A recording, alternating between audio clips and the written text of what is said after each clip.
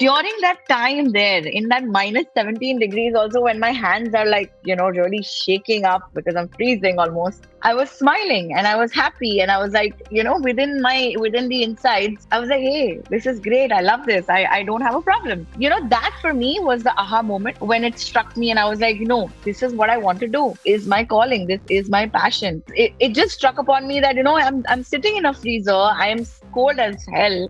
And I'm still enjoying this. Hello and welcome to the Indian Startup Show. I'm Neil Patel. Today's episode starts with an aha moment inside a freezing Taj Mahal Palace hotel refrigerator, a moment that led to a zero-waste bakery. My guest is Sarah Patka, the chef and founder behind Love and Flour.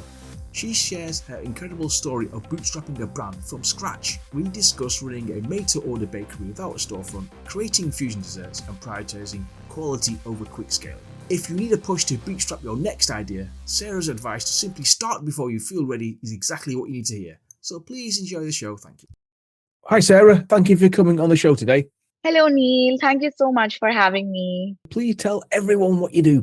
So I am a chef and an entrepreneur of a baking brand called Love and Flour. I have built myself from the ground up single-handedly since 2015. It's basically my baby. I nurture it and I've been nurturing it for the last 10 years. And it comes from a place of passion. I truly enjoy dessert, truly enjoy, apart from eating them, of course, I enjoy working with them. I'm working around the ingredients. And something about baking science is really intrusive to me. I'm very, very curious about baking science. And I think that's what has got me here. Excellent. Let's go back to 2015 then. What was the inspiration to do this? Okay, so as a child, I've always loved dessert. I'll give you a little background about myself. I'm born and brought up in Mumbai. I've lived here all my life. And South Bombay specifically, been in and around that space a lot. I have done my schooling from Alexandra Girls English Institution. I have done my BHC in hospitality from Anjumana Islam, after which I have, had the opportunity of working in reputed hotel chains like the Taj Mahal Palace and Trident Nariman Point, right? So I have worked there and kind of gotten like a professional touch. I have done my internship. I've done a job there. And eventually, at some point, I was really struck by the monotony of work. By nature, I'm a very creative person, and I really hate being like in a routine sort of a thing. For me, it's like my work is my passion. If it drives me, I will do it like with utmost diligence. That's where actually it came from. I want to actually take a moment to narrate that story, what happened of how I found my calling. I was working at the Taj back then. It was one of those busy days and busy schedules. And, there was a grand wedding happening that day and all the banquets were full. Come to work. And that time also I was working in the bakery. Luckily, I was working in the bakery at that time. Because what they do is they give you shifts. I reported to work and only to find myself, in a bakery with 20 other chefs going at it. Basically what happened was, I was pushed into a freezer space for me to work. So they gave me 5 trays of eclairs to pipe out, and they pushed me into the freezer and they were like, there's no space for you. There's no table for you. And I'm like, where should I work? And they're like, go in the freezer and work. And I was like, okay, let's do that. And, I went into the freezer. It was minus 17 degrees. In that freezer, I am sitting and piping out eclairs and the frosting for those eclairs. During that time there, in that minus 17 degrees, also when my hands are like, really shaking up because I'm freezing almost, I was smiling and I was happy. And I was like, within the insides, I was like, hey, this is great. I love this. I don't have a problem. That for me was the aha moment when it struck me. And I was like, no, this is what I want to do. Is my calling. This is my passion. It just struck upon me that, I'm sitting in a freezer. I am cold as hell. And I'm still enjoying this. I was like, this is coming from a place of where you want it to come. It's coming from the heart. So this is clearly what you should focus on and you should do. What did your friends and family say then when you decided to do this thing? So actually, my friends and family were really supportive. And this is something that I want to really highlight is that, when an individual has their doubts when it comes to their career, but when they have a very supportive system back home or in their environment, I think the decisions and the journey itself becomes really easy. So touch wood for me, I'm actually the first in my bloodline to be from a hospitality industry. Yeah. So really no one has, secured that. But honestly, my family was nothing but supportive, especially my mom, especially my dad, my brother. I have a sibling, so elder sibling, and he was truly really supportive. And I think when you get that from home itself, everything else becomes really easy and doable. And even my friends, they were really, really supportive. And I think, again, like coming back to the original source, they always all knew that I was really inclined to dessert, something that maybe I never saw in the beginning of it. So my family did understand that, and they kind of picked up on that in my formative years. I though picked up later during my stint at Taj, but yeah, I think that is something that they understood. My friends understood, so they were like, "This is very natural for you. This is a very natural for you.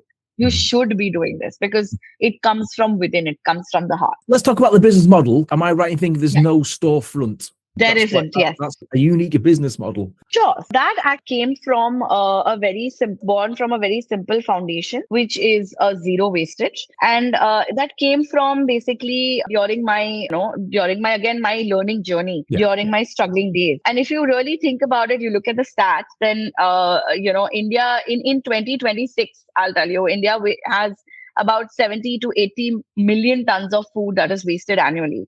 Wow. And in the F&B sector itself, it's about easily 30 to 40%. This is because of overproduction, leftovers, right? So a significant amount of food goes to waste. It's a widespread issue, right? During my formative years, that is something that I kind of picked up on. And also, like all the decisions that has built Love and Flower is primarily because of the experiences that I've had in my journey. In those formative years, basically, I had experience that completely changed my perspective and, shaped me as an individual, as a person that I am today. Initially, I went from being a typical South Bombay teenager who was wasted food without much thought to becoming someone who values sustainability and, is deeply conscious about, impact of the choices we make on the planet, and specifically concerning food wastage. Kind of brought down the emotional side of me, and it was in fact, there was there was an episode where I had actually given the food to an employee only to be at the result of a suspension order. That has also happened in that time, and that episode per se just taught me that whenever I'll be building my brand, I will not do any food wastage.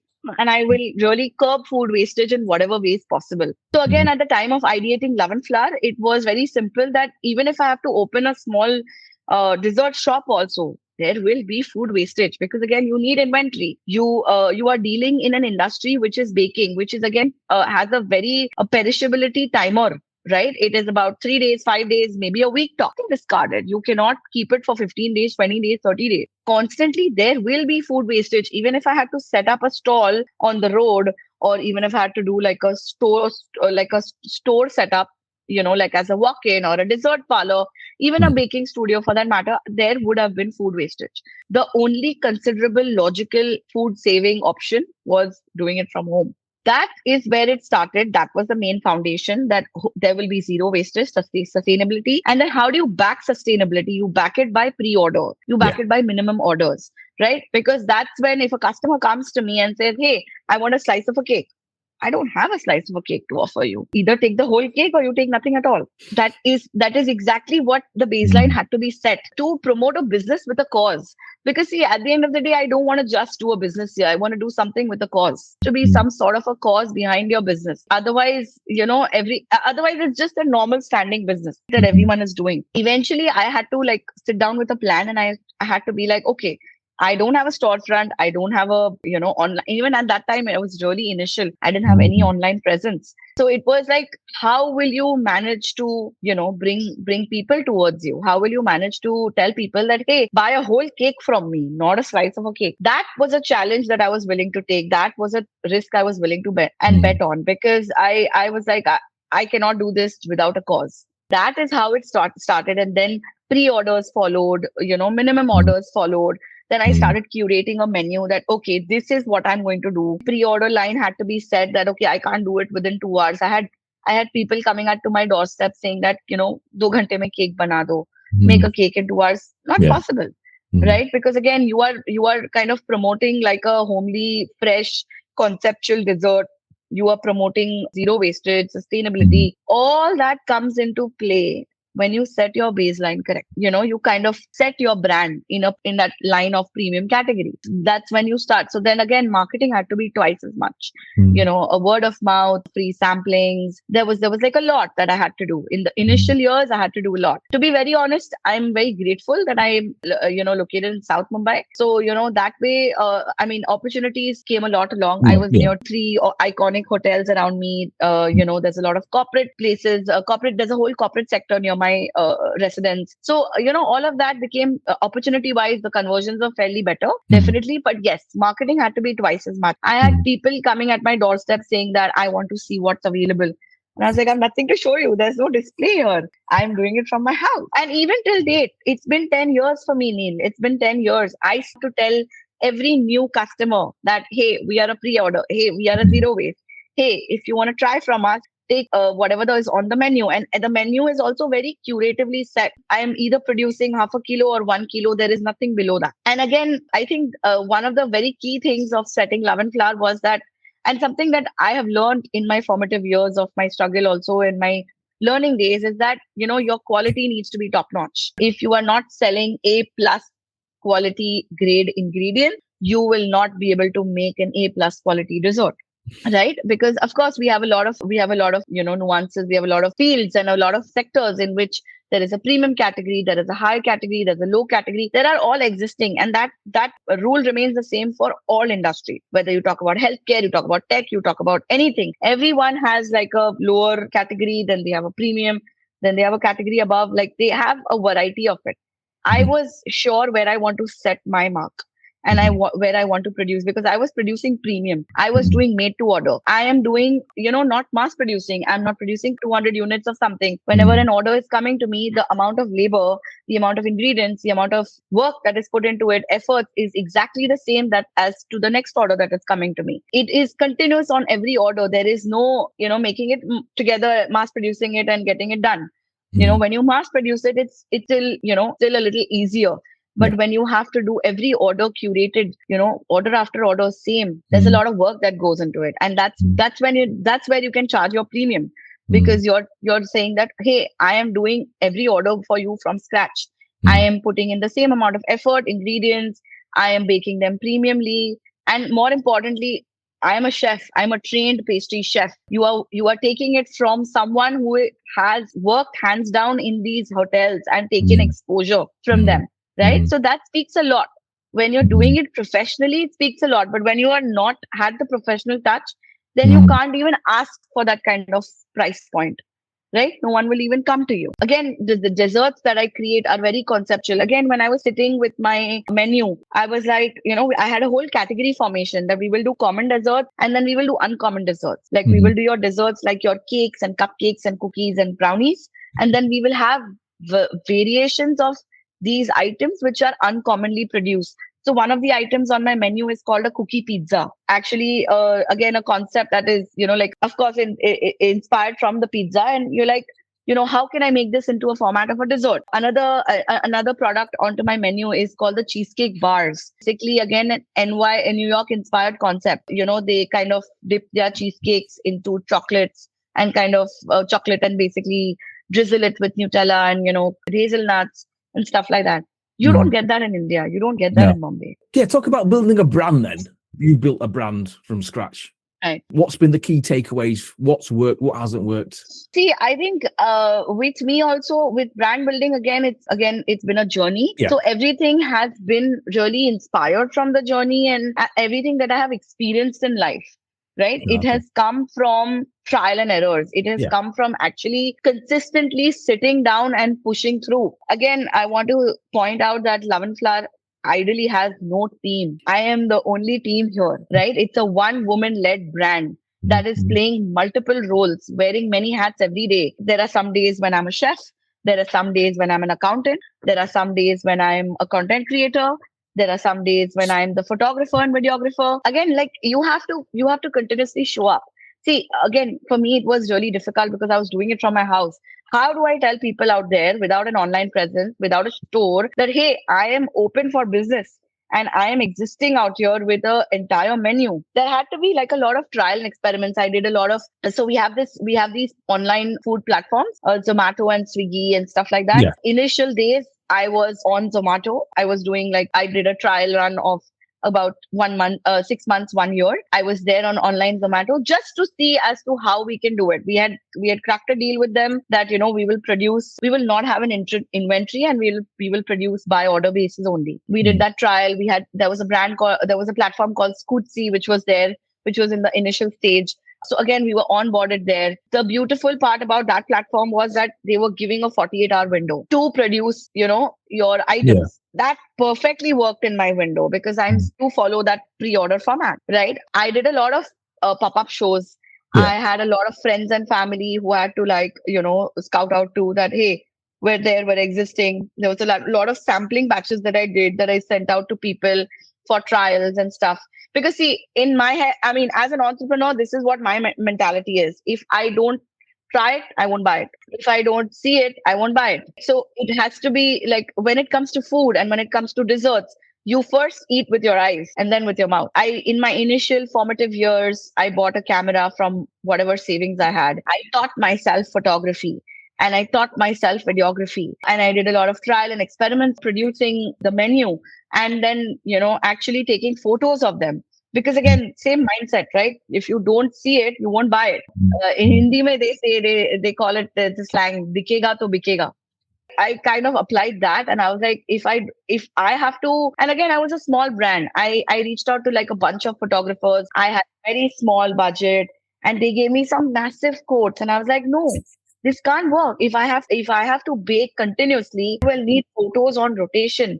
How am I supposed to pay 20 grand for 20 photos and be like, okay, I can't do this every year or every 3 months. Okay, I have to buy a camera.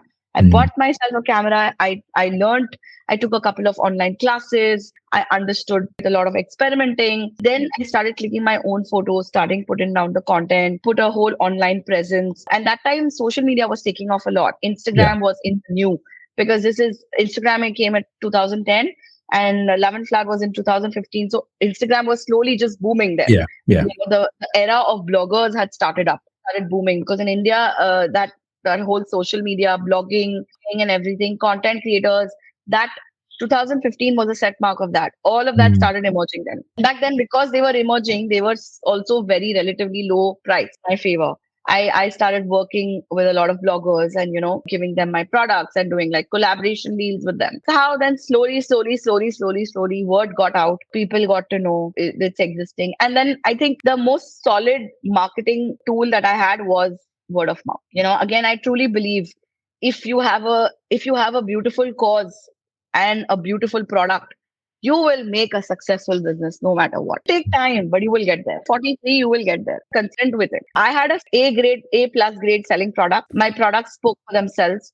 And any of my customers that tried came back. They did the marketing for me. Like they went and told 10 more, she's doing some really good stuff. That's how we are, right? Wired as if we like something, we automatically tell people that, hey, this person's stuff is really good. You got it. We immediately start giving recommendations. It's a tap on human psychology in a way. It came from there. You mentioned doing this on your own in terms of bootstrapping. Yes. What advice would you give our listeners on bootstrapping then? No, my biggest advice to your listeners or to anyone in general is that, start before you feel ready. Don't wait for the perfect idea or the perfect moment. I think clarity comes through action and comes through work. If you constantly keep putting in, it's very important to stay curious, to keep learning. And I think another thing that I feel that most people don't start is because they're afraid of failing. So don't be afraid to fail. Failure is actually, like a building block to your success. And a lot of people don't understand that. A lot of people feel that, what if I fail? When I was in my when I was doing my junior college, when I was in my 12th, basically my 11th and 12th of college, I did start a baking brand called Sugar Passions. Terribly failed at it. I started with making 30 cupcakes for my birthday and I gave it to 30 of my friends. And all those 30 friends had it, should not have had it, but had it. And then the 30th cupcake they gave me to have. And I had it, and I kid you not, it was loaded with baking soda. It was so pungent. It was loaded. So, I had that fall. I had that epic fall. And after that fall, I really lost my confidence. And I was like, oh, I don't think this is my calling. But then later, 3 years, 4 years later, I tried again.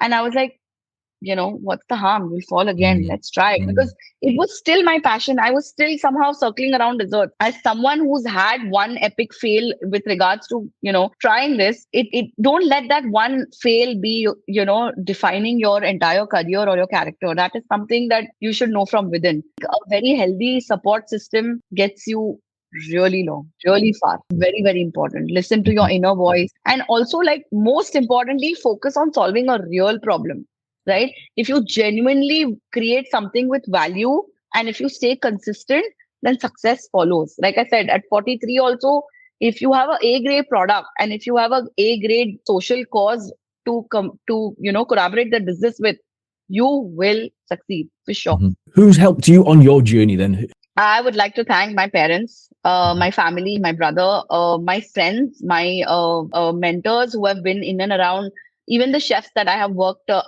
under at that point have really been a shaping structure for me. Like they would probably, they would probably shout at my mistake, but it's actually because of those shoutings that I am today what I am, and I can think the way I can, right? Because those are your shaping blocks. If that is, consistent, I think, and I think I want to say a big thanks to all my clients, anyone who had the had the decency to draw faith in me without even testing me, without even knowing me.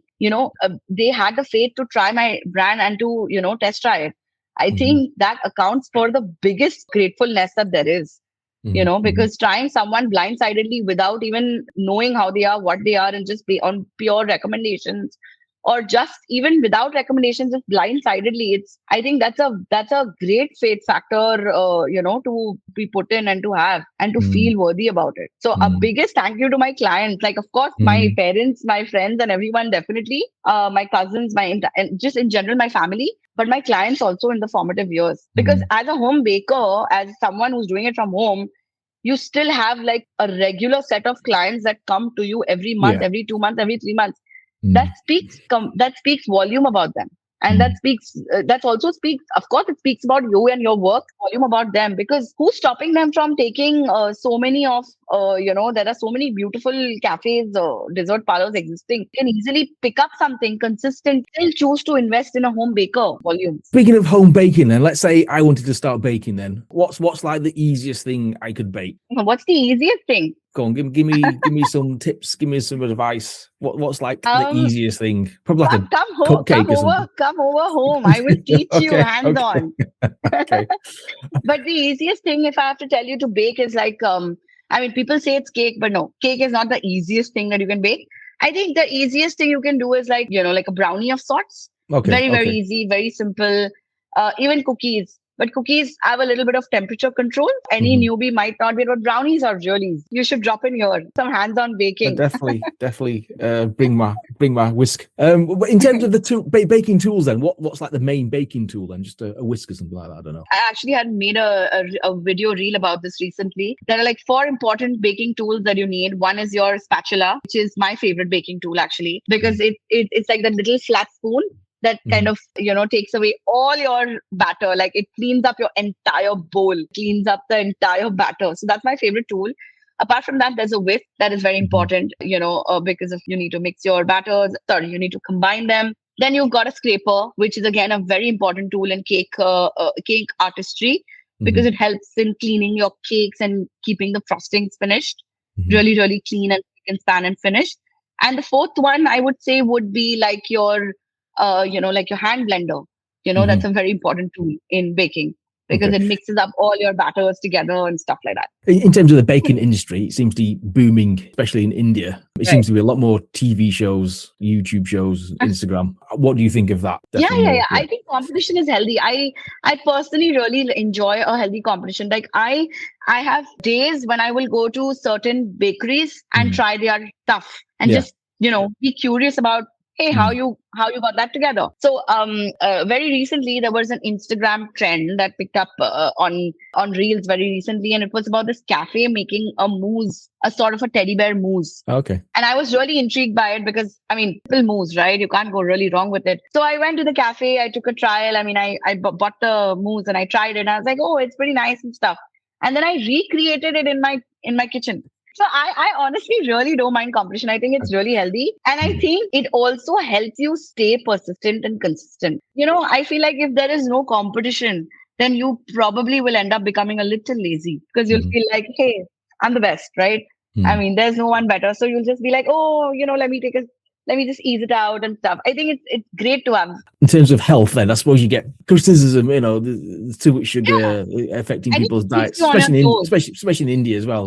Diabetes and things like that. What are your thoughts on that? I suppose there's a push for sort of gluten-free and sugar-free, etc., etc. What is that something you do? I actually don't, and I have been really been hammered by my confidants to actually really start a healthy line. I'll tell you what my thoughts are. I really don't have a problem with gluten free and sugar free and stuff, but I really have a simple belief. You have one life, live it, eat everything you can. Why do you restrict yourself to eat this, to not eat this, to not eat that? Even if you're someone in fitness or someone that's concerned with health, you're not going to eat a cake every day. Or even if you are the most unhealthiest person, you're not going to eat a cake every day, right? There are going to be days when you eat a cake. So my point is, eat the cake as a whole, the way it is, the way it's meant to taste, the way the texture is supposed to be. When you remove certain elements, and certain ingredients out of a cake, the entire texture, the whole authenticity of the cake dies, right? It's like, think of it like, if you eat, for example, if I tell you have a gluten-free pizza, will you have it? No. Like, you'll be like, what? I'm having a pizza if there's no flour in it.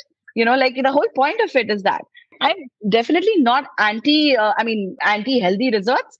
I just feel that, of course, there can be people who love healthy desserts, but I personally feel, and I've seen this whilst experimenting and testing trials in my kitchen, is that what kind of sweetness or the kind of sweetness sugar brings into your dessert, jaggery, monk fruit, they don't have that exact form of sweetness. In fact, I'll tell you very honestly, a very good bunch of my clients are diabetic. They'll order from me. But then again, they don't buy every day. They have a 3-month rotational period. 3 months, they'll buy one cake from me. They'll have it for 3 days and they'll love it. They'll enjoy it. So they're like, oh, I want to eat the dessert as a whole. Why should I remove ingredients? And then, you're entirely losing on the texture. If I tell you to have a pizza without the cheese, you'll be like, hey, why should I have it then? My point is exactly the same with dessert. Don't eat it. It's not the same flavor. It's not, you're releasing out the flavor, the texture. In fact, there's a bunch of my clients that actively take from me because they have comparatively tried from other bakers, find my intake of sugar less. Ah, right. Okay, that's interesting. Right? Yeah. Like, they're like, hey, I'll eat sugar, eat less sugar. I have tried from XYZ, and I've tried from her. Think that her sugar levels are comparatively low. Because I actively do that, right? I personally am not a very, very, very overly sweet person, like having sweet items. When I produce things in my menu, I produce thinking that would I eat it? Because if I can eat my stuff, I can feed it to the world. But if I can't eat my own product, like why will X person buy from me, right? True. That's the mentality I take it as. And if I see that there are things on my menu that I can eat, I can try, I can eat, I like it, so I'm like, okay, I can tailor it to that. Like even for example, the buttercream frosting that we make here is, buttercream requires what? Like butter, sugar, cream, vanilla, right? The ratio of butter is to sugar has to be exact. So for example, if you're taking a 400 grams butter, you ought to take 400 grams sugar. That's not the case with my recipe. I reduce down the sugar by 100 grams, right? But even then, if you try my buttercream, it's not like you will have a very overpoweringly buttery taste. Last few questions then. What will this business look like in like 5 years' time then? So I'll tell you something, Neil. When I think of Love and Flower, I don't think of it as a business that I want to mass produce and commercially produce. Because had that been the vision from the beginning, 10 years later we wouldn't still be doing it from home. My ideology and my vision for this brand is to create a legacy brand, a boutique brand, something that where quality is exceptional, while quality exerts above everything. So today, even if I'm doing it 10 years later, I'm still at home and I'm doing it from home. Even 5 years later, I'm doing it from home. I don't have a problem. I just want it to look as a legacy brand. Tomorrow, if somebody thinks about desserts or talks about dessert, like how you mentioned Chef Pooja Dingra, right? She's the queen of desserts at the moment. She's the bakery pastry queen, right? So when you think of desserts, you think of her. I want the same narrative for Love and Flower when it comes to quality ingredients and quality A grade ingredients and producing it, like a made to order. So often when people ask me, what is Love and Flower, I tell them it's a made to order brand. It's a brand that does made to order conceptual, freshly produced desserts with a customized touch of a chef, of a professional 5-star chef. So that is my definition for it. And that definition will even today stay the same. Like tomorrow, I just want to make it 10x higher in terms of making it aware to the people that, hey, there's a lady who makes these beautiful chocolate called Pachi. She is only known for her chocolate. She's probably double the, if I'm 10 years, 11 years old, she's probably 20 years old. Her brand is probably 20, 21 years old. But today she has created a brand where she is doing it from her house. In front of her house, she has managed to make like small, like a window section, like a small sort of a shop, but not really a shop, more like just like a walk in and out situation. I mean, so that's not the goal, but that's in the park area of what I want to do with Love and Flower. Like I want to make it a boutique luxe brand, a boutique legacy brand. That's it. What excites you most about what you're doing then? What excites me most is the fact that my everyday is not the same. There are constant challenges because I'm heavily into customization, right? So tomorrow somebody asks me to make like an 8 feet tall cake. Another day I'll probably have a challenge of, producing 600 units of cupcake, so every day is never the same. There is a constant challenge of, and again, the variation of desserts, right? Anyone that comes to a query, like for example, I remember this very clearly. Once somebody came to me as a query. They wanted to do henna cookies, henna like mehendi, mehendi where we put. So they had a mehendi function and they wanted like cookies, which were like the size of a hand, like they were basically ham-shaped cookies with mehendi on them, right? So again, that's a challenge. Like today, if I have a challenge like that, I will sit down and I'll be like, oh, let's see how we can break this down and what all can we do. So I think that is something that excites me a lot because again, primarily, like I said, one of the reasons I left that hotel life is because there was constant monotony, no space for creativity. If you are sitting on cakes, then you are sitting on cakes. You can't shift to cookies. You can't shift to cupcake. You can't shift to chocolate. I ask why? Why can't you shift to it? If you're a pastry chef, you should be knowing all nuances of pastry, not just one, right? And of course, pastry, very big umbrella. Yeah. There's not just cupcakes, cookies, dessert. There are so many other desserts that you do. Even at Love and Flower, there are so many things that we make. We make cheesecakes. We make cookie pizzas. We do macarons. We do chocolates. We do edible cookie dough. Nobody in India does edible cookie dough. Again, it's a US inspired concept. Of course, it's not very picked up on. In Indians per se, I don't think they really concept of an edible cookie dough. If you take this contrast and you produce it in UK, US, people will take it by the tub. Yeah, just wondering about the different taste buds in India. Is someone's taste bud different from the north to the south? Absolutely. So yeah, definitely there is a wide ratio of taste buds difference from north to south. Like if you go to the north, you will see more based of desserts that are more light, less on sugar. In the south, you will see things that are more, with like a lot of ghee and a lot of like oils and stuff, because that's their diet. That's how their diet is. So definitely there is a wide variety. And there are a lot of people who eat, like Indian dessert, right? They're very much into Indian desserts. Don't make any Indian desserts at Love and Flower. But I often take like, Indian roots and combine with Western desserts. So one time for Diwali, we had a menu, which was basically your cakes, but inspired with Indian desserts. So we had like a motichur laddu cake. We had like rasgulla cake, rasmalai cake. We had a bundi laddu cake, and it, that for that Diwali, I remember we did flawlessly well. Sorry, because people really love the concept of a fusion. Fusion is something that can easily really go right or go wrong. It really depends on how you kind of present it to the world. It really took off a lot. In fact, last year, again on Diwali, I had a dessert called Tutli bonbons. Okay. So in Diwali, there's one of the firecrackers is called the Sutli bomb, right? So again, bonbon is a dessert which is basically made within a chocolate shell, but it has a lot of layers within it. So you've got like a mousse, you've got like a maybe like a biscuit layer, and it's not just like a one layer. There's like layers within it. That's how you know it's a bonbon. So I did like a bonbon with a Sutli bomb, inspired set. And the best part of that bonbon was you could actually light it on fire and then eat it. Sounds dangerous, that. It really wasn't. It really wasn't. Okay. But it was like a nice play on your dessert, like an interactive dessert of sorts, right? So people really like when there's like a very distinctive touch to your dessert.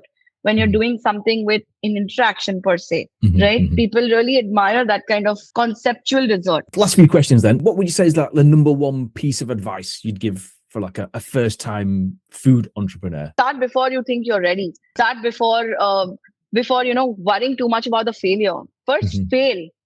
Don't worry about it before you not even tried it. Right. So I think maybe just trying it, like just taking the epic fall. Because that itself teaches you a lot. And I think the second piece of advice would be that, stay consistent. Stay consistent to who you are and true. I think show up every day. If you show up every day, something happens. Like if you don't show up only, you can't expect anything to happen there. But if you're showing up constantly, there is going to be some sort of magic that will come up. Like your showing up will have some results. Maybe not today, maybe a year later, maybe 3 years later, but it will have some sort of the fact that, in my case, right, I've showed up and I have to go nowhere. Like I'm doing it from my house. For me, it becomes twice as hard sometimes. Like you don't have to go anywhere. You have to work in your own house. If you are still getting out to work and leave your house for work and then show up for that, you can still put up with that. But like for me, it has been like your work is your home is your work. For me, like for showing up every day and just kind of being consistent, just smoothens out the entire thing and gives you a lot of clarity. So basically, in terms of pastries and the cakes, am I thinking like France? They're like the history, the tradition.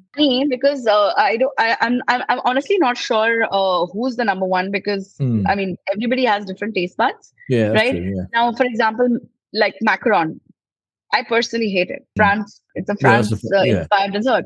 Yeah. I hate it. It's too sweet for my palate, right? No, if who's number one, who's not, but I do know that every country has some beautiful varieties of desserts that they do. And some are liked by the palate, some are not. And if you are someone that really enjoys those textures, you'll probably enjoy them. But if you're someone who probably doesn't or is a little maybe a chocolate fan, does not like sugar as much, probably won't enjoy it. Even Germany, they have Switzerland, I think they have strudels. That is their famous thing, which again is a very thin waffly sort of a between two layers, and it's something that I really enjoy. It's really yummy. Brazil has its brigadeiros, absolutely fantastic. And in fact, that was something that I've also incorporated once in my menu. We did a limited edition menu. So we did like a Brazil inspired menu and we did like a brigadeiros, which really took off the roof. I think everything comes into play when you sit and experiment. Clarity, and you're more transparent about it. What do you do for fun? How do you relax when you're not in the kitchen? To be very honest, baking is my therapy.